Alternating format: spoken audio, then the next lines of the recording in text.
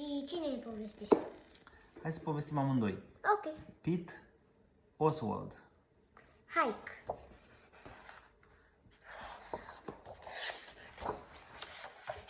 Hike, da, așa se cheamă în carte. Dar știi că asta e fără cuvinte, nu? Da, ce vedem noi aici? Păi adică vedem un băiat care se trezește și e încântat că... E o nouă zi. Cred că e încântat că face o excursie în natură. Da, cred că e încântat că face o expoziție în natură. Foarte bine. Ce face el la început? Păi își pune jacheta, își face fermoarul, își lege pantofii Leagă și își pune pantofii. căciulă. Exact. Și își pregătește rucsacul. După care După care povestești tu. se duce împreună cu tatălui la mașină, își pune acolo bagajul, Lucrurile. exact, după care pleacă în excursie.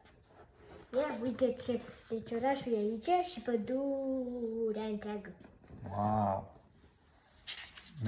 Merg prin pădure și Se opresc la o stație.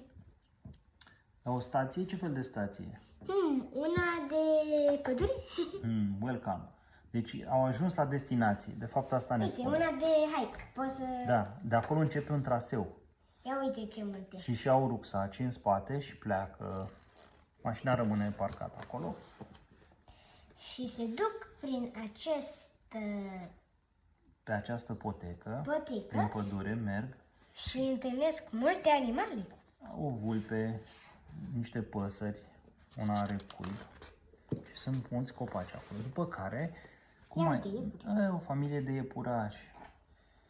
Și văd cu lupa niște gângăni, o buburuză. Niște păsări, niște cerbi, un fluturaș și... Desenează lucrurile interesante care le văd. Văd niște urme de urs.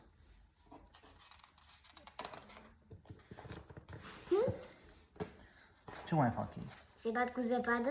Ei, zăpada Găsesc rămasă. zăpadă, exact, pentru că acolo era undeva în munți, la altitudine și mai era Cred zăpadă. că a rămas de A iarnă. rămas, exact, și un iaz cu peștișori. Uite, Bine facem, mai înregistrăm. prezentăm o carte de test. Dar dacă vrei să vii și tu să ne povestești, E test. Și de data Așa. asta cred că va ieși un pic mai drept. va ieși foarte bine. Bun. După care mai merg prin pădure și au niște bețe ca să-i ajute și ajung. Traversează un râu pe un buștean. Exact.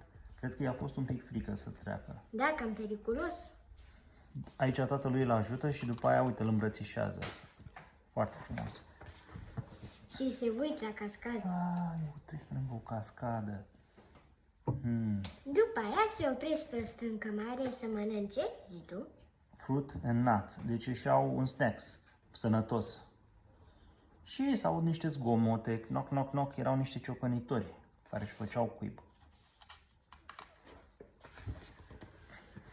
Ce se întâmplă în continuare? Trebuie să escaladezi o piatră. Wow! Are o coardă care poate fi de folos în astfel de situații. Tatăl lui ajunge primul, după care îi dă mâna să-l ajute și el să urce. După cum vedeți, sunt bine echipați cu căști. Ăștia sunt chiar condori. Condor sau vulturi.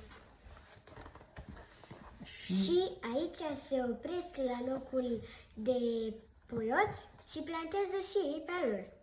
au adus în rucsac, au adus Ăștia este un puiot de con de pin. un Sau cum se mai fi un chemat. puiet. Un puiet. Da. Așa este un pin care îl plantează. Foarte frumos din partea lor și după care au făcut și o poză, un Păi selfie. cred că plantează pentru că asta este obiceiul familiei lor. Probabil că așa, acolo poate au plantat și alți strămoși de lor.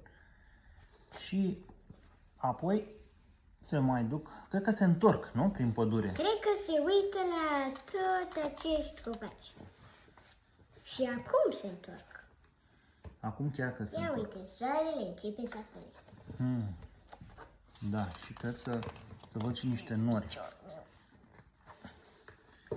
Au ajuns în sfârșit la mașina lor și de bucurie au deschis niște sucuri să se hidrateze, nu? Sau e doar Apă, apă? doar niște apă. Apa, că e foarte bună apa. Au avut o zi excelentă și se se întorc întorc acasă. acasă. Deja e Iar noapte. asta e o mașină 4x4. Da, și acolo se văd luminile orașului în depărtare. Uite, el aici doarme? Da. A dormit. Și ajung acasă. Ajung acasă și aici Ea hrănește pisica, ajunge, se îmbracă și mănâncă niște fursecuri cu tatălui, cu lapte. și aici au notat în Family Album această excursie ca Poză să mai ținem degrabă. minte, nu? Uite, poze. Poze. Da, ce vedem noi? Casca, bețele, Pisica, pisica, binoclu, lupa, aparatul de fotografiat, un pahar cu lapte rucsacul. Mhm. și album. Și uite, asta este poza, De fapt nu-i poza, e desenul. desenul. Ia uite, Copacul. aici e album. To Dad and Papa. Ăștia și doi, ăsta e el când era mic, asta e ea când era mică și ăsta era când era mic. Ăștia sunt strămoșilor. Vezi că sunt poze alb-negru, ca și ei au făcut excurții și au plantat. Dar duci Bravo. mai aproape Este poza asta. Walker's Books. Foarte interesantă, cartea ne-a plăcut.